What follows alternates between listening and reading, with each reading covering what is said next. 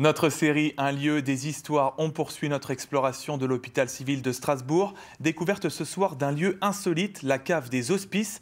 Elle abrite le plus vieux vin blanc au monde, conservé en fût. Astrid Servant et Marie-Christine Lang.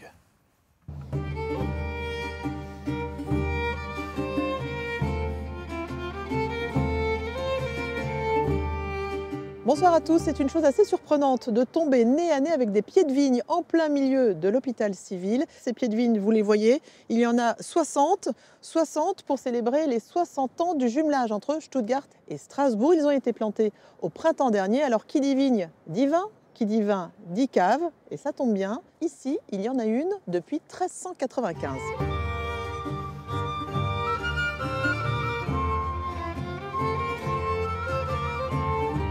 Thibaut, comment est-ce qu'on peut expliquer la présence d'une cave dans cet hospice?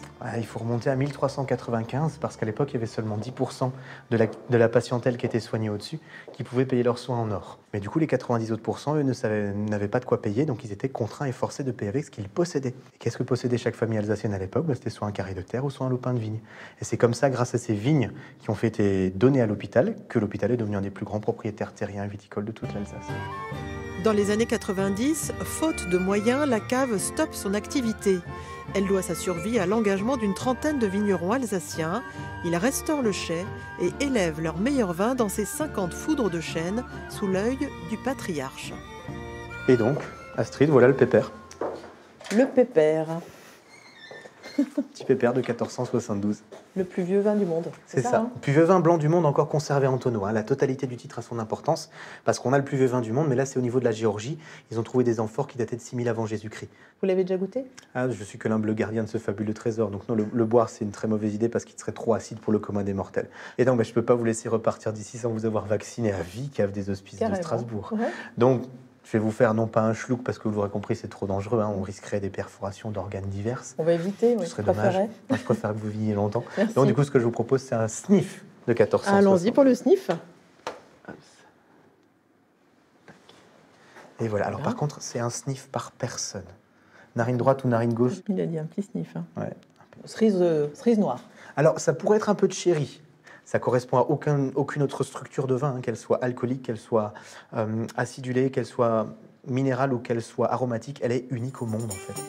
Imbuvable, mais doté d'une couleur surprenante pour ce vin blanc d'Alsace originaire de Volksheim.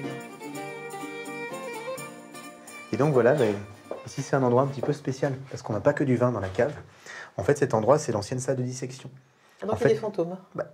Des esprits, on va dire plutôt, parce que ça dépend de votre affinité. Mais en tout cas, par cette petite ponce ici, les cadavres étaient justement lâchés, ils étaient descendus en fait pour que les scientifiques puissent récupérer avec des produits frais et de pouvoir étancher leur soif de savoir en allant un petit peu tripatouiller à l'intérieur pour savoir comment le cœur humain était fait.